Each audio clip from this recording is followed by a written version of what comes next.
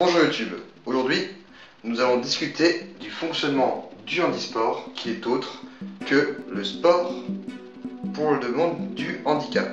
Le handisport a été créé en 1954, après les guerres, pour justement permettre aux personnes mutilées de se sentir investies en tant qu'athlètes et avoir la même reconnaissance que les personnes valides. Effectivement, ici, nous allons détailler le fonctionnement du monde du sport handicapé. Nous allons donc prendre comme exemple la natation, car je pense que pour moi, c'est un sport qui est assez représentatif et simple à expliquer. Sachant d'autant plus que moi, j'ai fait la natation handisport pendant 7 ans. Pour débuter, il faut savoir que pour que tout le monde ait sa chance dans le monde du handisport, on regroupe les personnes handicapées dans plusieurs catégories. Pour la natation, par exemple, nous avons 13 catégories de handicap. Donc, la catégorie numéro 1, c'est celle où le handicap est le plus fort, et la 13, c'est la moins forte. En général, la 13, c'est plutôt pour les malvoyants et les aveugles.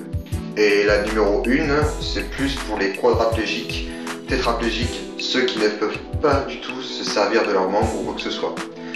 En France, nous n'en avons pas, mais c'est plus aux États-Unis où on va en avoir le plus particulièrement. C'est un peu ingrat, je trouve, pour certains, que l'on regroupe des personnes handicapées dans plusieurs catégories. Mais par exemple, pour la natation, c'est vrai que c'est beaucoup plus simple parce que par exemple, moi quand j'étais au handisport, j'ai un handicap hémiplégique comme vous le savez, et il me retrouvait parfois de nager à côté de personnes qui étaient naines ou sans jambes et sans bras. Donc c'est vrai que c'est beaucoup plus simple de pouvoir faire ça parce que ça donne toutes les chances aux personnes de pouvoir faire du sport et d'avoir toutes leurs chances. Chaque catégorie dans le monde du handisport, surtout pour la natation, commence par une lettre. Ici, c'est S. Ensuite va le numéro de la catégorie. Donc par exemple, moi j'étais S8. Dans la catégorie S8, nous allons retrouver des personnes comme moi, des biparésiques, des hémiplégiques ou bien des personnes qui sont amputées. Après, il faut savoir qu'il existe certaines particularités. Par exemple, à la natation, nous avons les S, 8, 9, 10 et nous avons aussi des particularités, par exemple, pour la brasse. Nous allons avoir SB, donc S, brasse, 8 par exemple. Mais en général, quand on fait la brasse, nous descendons d'une catégorie en dessous. Moi, par exemple, j'étais SB7. Mais alors, comment fait-on pour définir les classements, les champions, etc. pour le monde du handisport? Donc, pour le genre de classement, il faut savoir que nous avons, plus particulièrement pour certains sports, un champion par catégorie. Par exemple, il y aura 3 champions dans la catégorie S1, 3 champions dans la catégorie S8. On le retrouve plus particulièrement, par exemple, dans l'athlétisme. En natation, c'est différent. Avant, c'était comme ça. Et puis, suivant les compétitions, on va avoir, par exemple, un champion, toutes catégories confondues.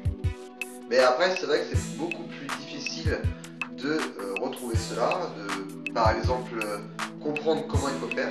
Donc, ce qu'il faut savoir, c'est que pour définir ce classement-là, nous allons avoir un algorithme, quoi que ce soit, pour savoir exactement comment ça se passe. Il faut savoir que dans le handisport, nous ne jugeons pas en termes de temps, car sinon ça ne donnerait pas assez de chance aux personnes qui sont plus lentes ou moins lentes. Effectivement. Donc nous allons juger en termes de points. Le temps référence, qui est celui du champion du monde, sera ce temps-là de référence. Il va correspondre à 1000 points. Nous allons donc prendre le temps référence de cette personne-là, qu'on va diviser par le temps de l'athlète. Ça donnera un nombre de points. Et ensuite, selon les catégories, nous allons prendre un coefficient. Par exemple, pour le S3, nous allons multiplier ce temps-là, ce nombre de points-là, par 1,5. C'est un exemple, on va chercher. Et donc, du coup, plus nous allons monter en catégorie, moins ce coefficient sera fort. C'est comme cela qu'on peut retrouver, suivant les sports handisport, différents types de handicap sur un même podium.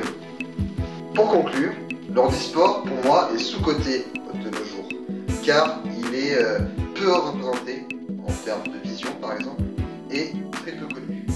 Que ces sportifs ou athlètes font ce qu'ils font est extraordinaire et devrait être plus reconnu parce que la force de volonté qu'ils ont, la force de vivre qu'ils ont en faisant ça, devrait être reconnue encore plus. Et ils pourraient faire même mieux que des athlètes valides.